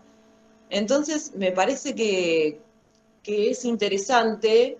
Acá creo que no sé si tenemos psicólogos en el equipo, como para poder hablar desde eso, ¿no? Desde la construcción, cómo se construye psíquicamente una persona y si es posible o no que un niño de 4 o 5 años diga, me pasa esto, ¿no? Que es lo que también relatan en el documental, que a mí me parece interesante, que va más allá de una interpretación del papá o la mamá por las cosas a las que se dedica. Tiene mucho más, hay mucho más, no es simplemente le gustaba jugar con autitos o le gustaba pintarse las uñas, cosas que determinaríamos de hombre o de mujer. Hay un relato de una experiencia, una emoción y una sensación, una autopercepción de cada uno de esos niños que derivan en eso. Eso me parece interesante y me parece que es algo que no puede juzgar nadie también, ¿no? Como que vos me decís, me siento triste. Mentira, no te sentís triste, te digo yo. Mentira, estás inventando. Bueno, qué difícil, ¿no? Meterse en ese campo. Quería hacer una observación chiquita con relación a, perdón por la interrupción, al documental Niños Azules y Niñas Rosa. En ese documental hay dos compañeras que detransicionaron, así que yo las invito a que busquen, si encuentro, antes de que nos vayamos de esta charla, el link. Son Han y Ariel, son dos compañeras chilenas que estuvieron exponiendo en contra el borrado de las mujeres y que realizaron su proceso de transición, igual que Keira Bell, y obviamente también dando cuenta de su condición de muchas situaciones físicas a las que las llevó el consumo de testosterona y que ya son irreversibles. Yo igualmente les dejo el link si lo encuentro. Ellas pusieron una página en Chile para ayudar a las chicas que transicionaran y que reconocieran que en realidad ellas eran lesbianas, y tuvieron que cerrarla porque las amenazaron de todo el movimiento LGBT y todo el queerismo y el generismo queer chileno. Las amenazó y le dijo que bueno, que tuvieron que cerrar la página. Bueno, digo, para esta cuestión en la cual siempre funciona mucho la idea esta de son las personas más víctimas de la sociedad, estas son TERF, decir queer es un insulto, decir TERF es un insulto. Yo las invito a que vean, por un lado, sí, me parece muy saludable el documental que dijo recién Ile, y que después vean la charla que dieron Han y Ariel contra el borrado de las mujeres, porque ellas son protagonistas de ese documental cuando eran así de chiquititas. Bien. Gracias, Rosana. Si puedes escribir los nombres. Dale. Para sumar en breve a lo que proponía Morena, a lo que preguntaba, también es importante tener en consideración que las decisiones, ¿no? Que no siempre son las madres y los padres, sino las familias, porque a veces también son tutores, a veces, digamos, las familias están compuestas por tíes, etcétera, ¿no?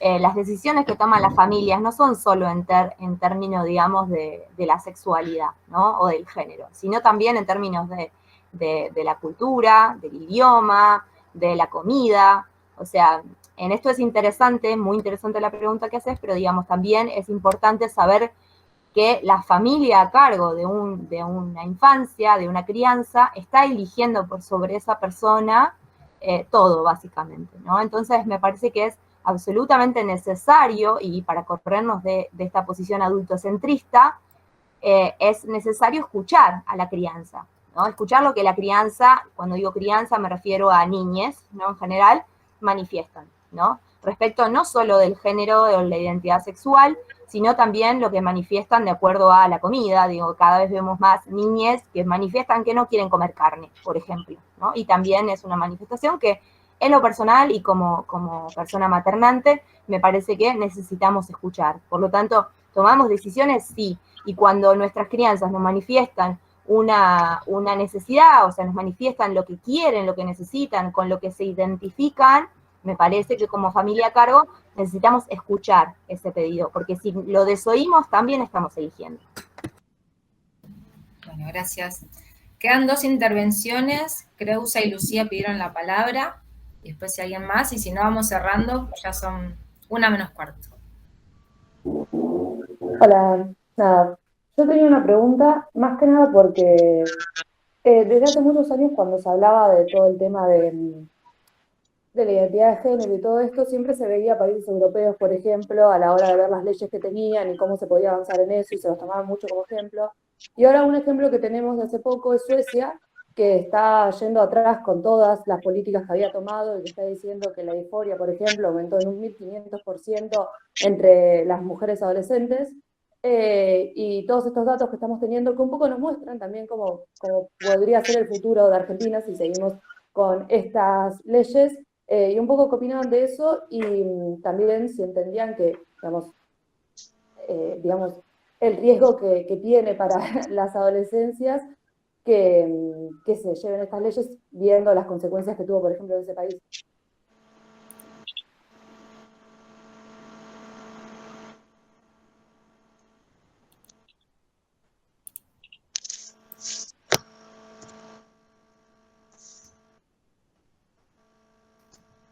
A ver, concretamente, ¿cuál es tu pregunta?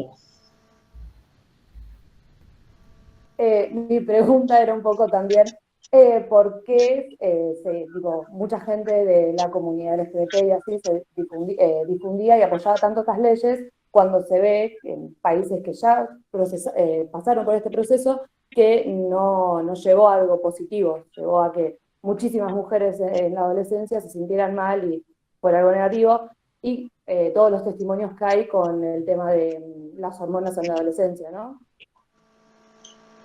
Bien, a mí me parece, esto es muy personal, me parece, lo que preguntas, ¿no? Y es muy personal, entonces yo te puedo hablar desde mí, desde mi experiencia, viviendo acá, en Argentina. Yo tengo 32 años, tengo 3 hijas, tengo un montón de amigues trans, no binarias, gays, lesbianas, heterosexuales. Trabajo en educación hace 10 años, soy autodidacta, estudio por mi cuenta. Entonces me parece a mí, personalmente, importante contextualizar. Si nos va a pasar lo mismo que Suecia, que Dinamarca, son países desarrollados. Esto es Argentina, es Latinoamérica. Cuando tienen clínicas de aborto legal en otros lugares, acá en Argentina se está debatiendo si es o no es. Digo, más allá de lo que opinemos cada una, me parece que hay una distancia social, cultural y económica que no nos permitiría pensar eso hoy. Y como trajimos al principio, es muy también diverso lo que se cree dentro del colectivo LGTBIQ al respecto. Tenemos compañeros trans que dicen sí, y no binarias dicen sí, sirve el DNI, y hay compañeros que te dicen, la verdad que no, yo creo que no sirve.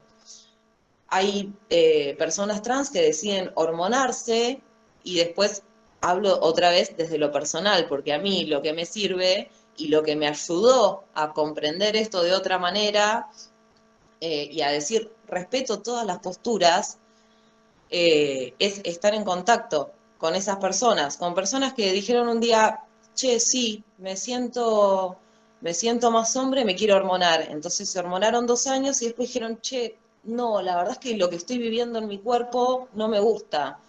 Entonces, ¿qué valoración podemos hacer si no es sobre la propia experiencia del propio cuerpo? Yo voy constantemente a eso. Es un peligro, trae esto de que una persona adolescente que no está, o un niño que no está formado en su totalidad física y psíquicamente, tiene que asumir unos riesgos de repente. Sí, todo requiere un cierto peligro. Ahora también me pregunto, en la maternidad, no, como dijo Orne, tomamos decisiones permanentemente. Entonces, ¿te vas a equivocar? Sí, sabelo. El día que sean madres, si es que deciden serlos, se van a equivocar. En la vida nos equivocamos y sobre eso tomamos decisiones. No sé cómo es una política de un país, por eso no estudio para eso y no me interesa. Y no creo en la democracia tampoco, creo en otras formas de organizaciones sociales. Perdón, un comentario puedo hacer, chiquito.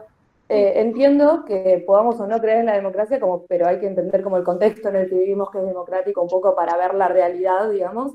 y también es una realidad todas las experiencias que se están viviendo, no es algo individual, justamente ese es el punto, sino que es algo que se está viendo en muchas personas, y justamente que es algo colectivo, porque si no, no se puede llevar a cabo una lucha.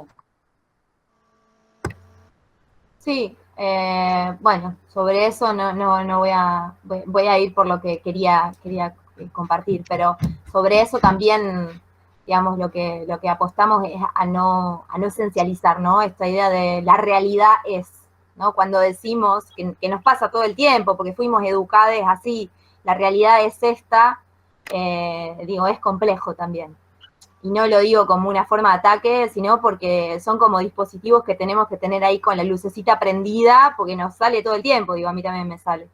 En este sentido, lo que me parece interesante, retomando la pregunta esta de los procesos de hormonización y lo que se dio, si no recuerdo mal, dijiste en Suecia, por un lado lo que expresaba Ile, digamos, son latitudes geográficas, digamos, totalmente diferentes, ¿no? Atravesadas por situaciones socioeconómicas totalmente distintas, pero lo que sí, digamos, me parece interesante, y vuelvo a esto de Gabriela Mancilla, porque tuve el placer de escucharla personalmente.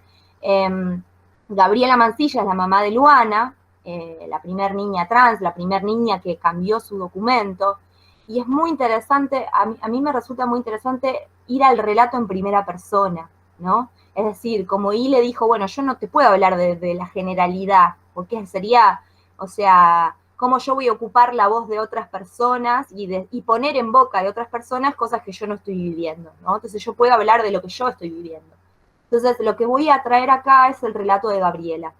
Y Gabriela lo que sugería, ¿no? La mamá de Luana, como digo, que me resulta muy interesante y que creo que en cierta forma, no sé si responde, pero probablemente aporte a tu pregunta, tiene que ver con esto de la hormonización y de alguna manera nos empantana en el mismo problema.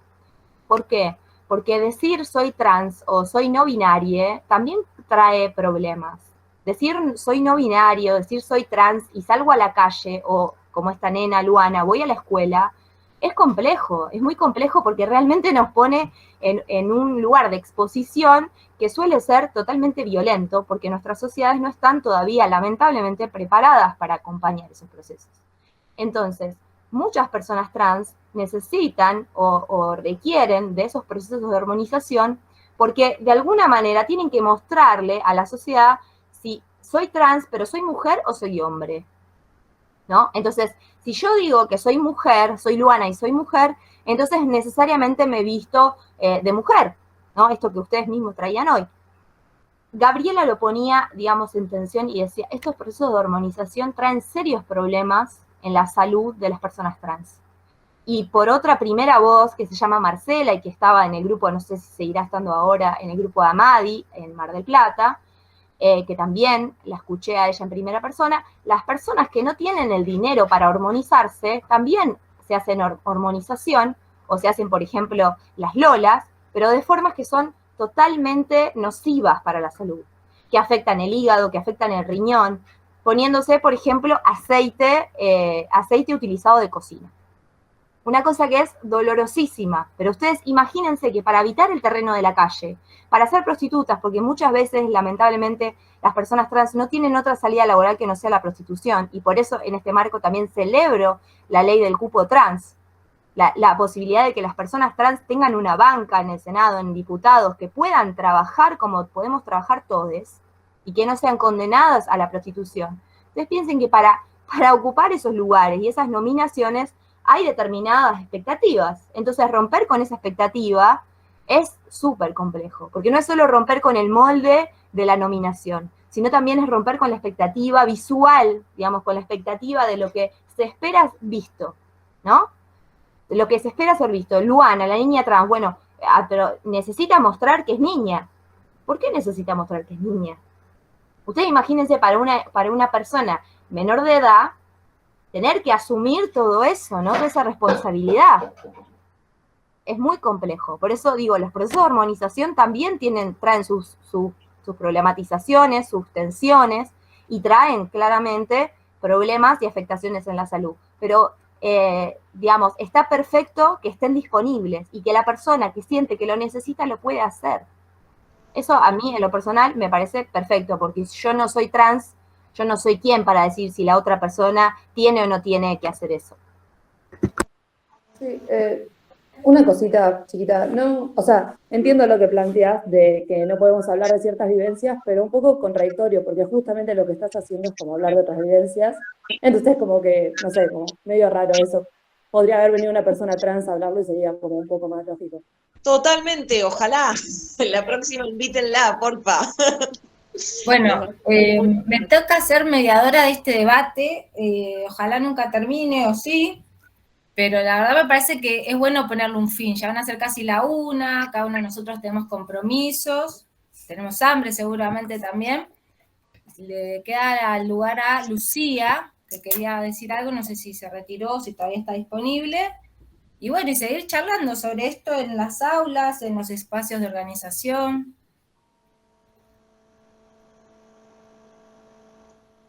¿Está Lucía? Sí, perdón, se me había quedado. Perdón que no prendo la cámara, me están dando un poco mal el wifi.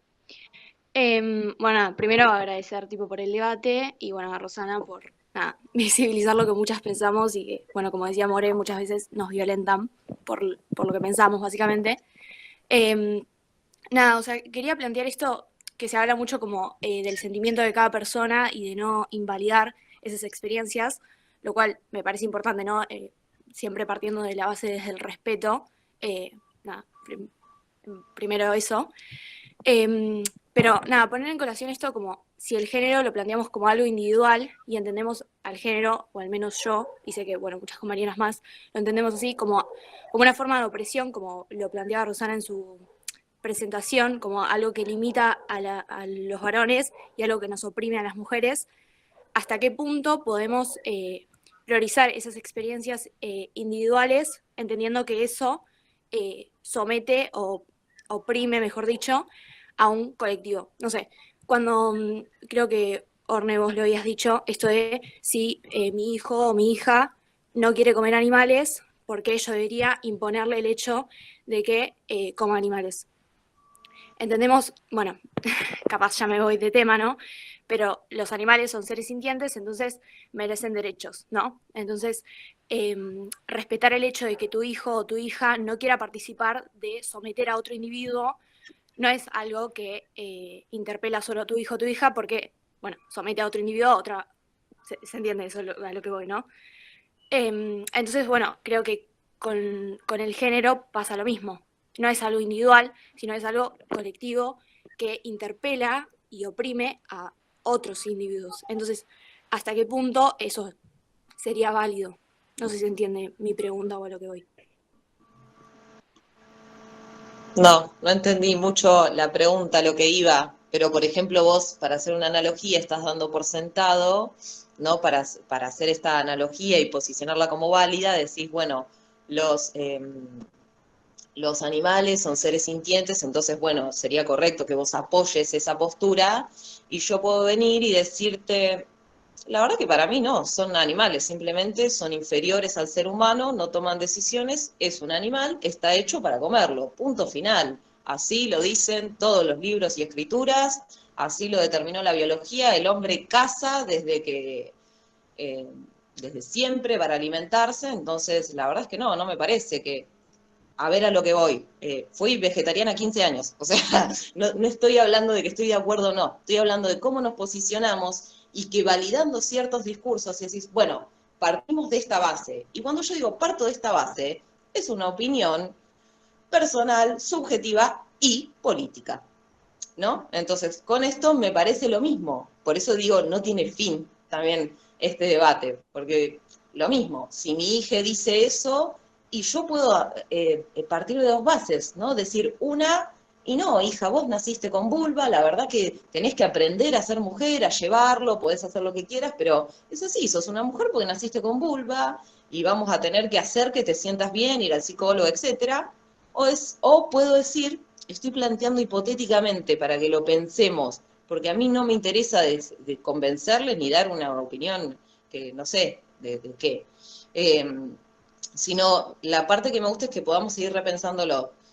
O puedo decir, bueno, hija de una, ¿cómo te acompaño? Me pongo a investigar, digo, ¿qué es esto? Veo qué me produce a mí, che, me incomoda que mi hija, no sé qué hacer, la verdad es que no sé cuál es la decisión que tengo que tomar, que es lo que nos pasa generalmente en la maternidad, no sé qué decisión tengo que tomar, ni qué es lo correcto, ¿no? Decir, la realidad es esta, lo correcto es esto, peligroso, son términos que yo preferiría no utilizar porque sinceramente yo no sé todo el tiempo qué sería lo correcto, porque la moral también está construida, ¿no? Tanto en el término de los animales como de las personas, y de cómo concebimos la vida.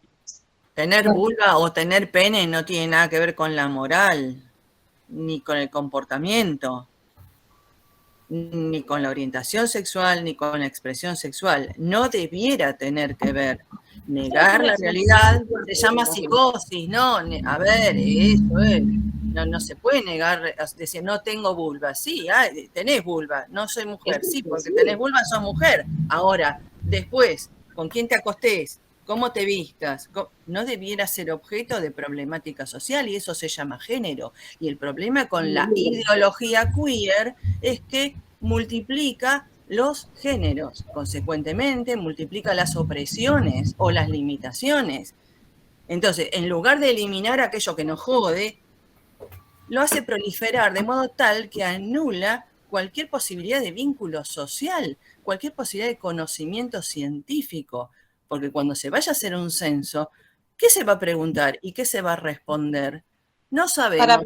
El Estado argentino no se hace cargo de nada de eso. Las mujeres no existimos porque, después de todo, si tienen vulva, no son mujeres necesariamente. Con lo cual, la sociedad, con esto que se supone que es una teoría, y una teoría debe estar fundada en hechos científicos y constatado en la realidad, o sea, eso es lo empírico, ¿sí? No es una teoría. Entonces, no hay manera de que los seres humanos podamos comunicarnos entre nosotros siquiera, porque estamos hablando lenguajes diferentes, porque el lenguaje del sentimiento y el lenguaje del deseo individual constituye átomos en una sociedad en la cual no hay manera de coincidir en nada. Y esa es la Quería preguntarte, Rosana, ¿por qué vos planteás que el otro día mientras leía un poco en la página del borrado de las mujeres, que la verdad es que no había escuchado y me puse a leerlo también un poco, y esto que ya te escuché que nombras varias veces, como mi duda es, ¿por qué decís que no hay posibilidad de comunicación? ¿No? Porque ustedes mismas lo dijeron. Si alguien me dice que le duele la cabeza y a mí nunca me dolió la cabeza, yo no puedo saber ni siquiera de qué se trata. No, pero eso no significa que no podamos generar empatía, ¿no es cierto? Por ejemplo, ¿por qué voy a generar empatía si esa persona puede no estar doliéndole el pie y me dice que le duele la cabeza? O no sabemos lo que son las reglas del habla. No estoy diciendo que esa persona mienta ni que esté loca. Estoy diciendo que a veces se dice una cosa. A ver, por eso di el ejemplo, no es ridículo. Te voy a matar. ¿A cuántas personas matamos? Todas las personas que hemos dicho centenares de veces en nuestra vida, te voy a matar. A nadie. Entonces, ¿qué significa eso? Es Significa bastante que peligroso, la palabra no es eso. el hecho, que entre es el hecho. Bastante peligroso. Que eso es ser idealista. Que eso es ser idealista. Considerar que la palabra es el hecho, decir que el sexo no existe hasta que no se le puso un nombre, es peligroso, es idealismo. El hecho Pero existe. lo que te pregunté es otra cosa que es, me gustaría esto, ¿por qué decís, a ver, capaz que no lo estoy entendiendo, esto que vos decís, anula las posibilidades de comunicación? ¿En qué sentido o por qué no podríamos comunicarnos? Porque somos islas, porque lo único que nos comunica es porque hay que confiar en la palabra, porque negamos los hechos reales. Yo tengo cáncer y estoy convencida que tengo cáncer. Llévame al médico, tengo cáncer.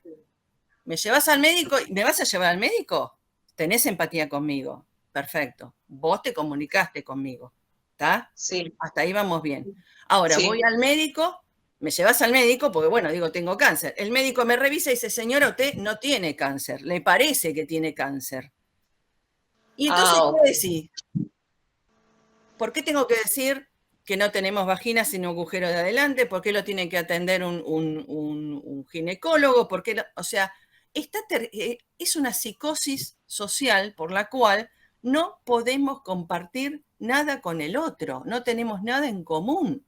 Y nada en común significa que tu empatía, después de que me llevaste al médico, se va a ir al quinto corno, por no decir otra cosa. Porque vas Pregunto, a decir, como para poder generar un intercambio, y me parece ya ir perfilando el cierre, porque entiendo que todos tenemos otras obligaciones o responsabilidades. Okay. Es complejo si esperamos que todos sean iguales a nosotros, ¿no? Para poder compartir. Digo, está bueno, si te escuchamos, Rosana, está bueno que nos escuches. No, pero ella me preguntó por qué explotó la sociedad. Pero lo colectivo no implica igualdad, no implica identidad, no implica que todos somos iguales. Implica que todos nos ponemos de acuerdo en algo sobre la base de determinados hechos que consideramos para cierto momento histórico y social ciertos. Si no nos ponemos de acuerdo en eso y cada uno hace lo que se le da la real gana, no tenemos ni una sociedad con democracia, ni una sociedad sin democracia, ni una sociedad, no tenemos nada. No tenemos relaciones humanas. Bueno, si no acordamos con nosotros. Gracias Rosana, gracias Iliana y Ornella. El debate infinito. Y no me queda más que cortar el debate. ¿Sí? Así que está muy bien acompañada ahí, se te ve, Maggie. Sí, también tengo mis tareas maternales. Obviamente. Para atender.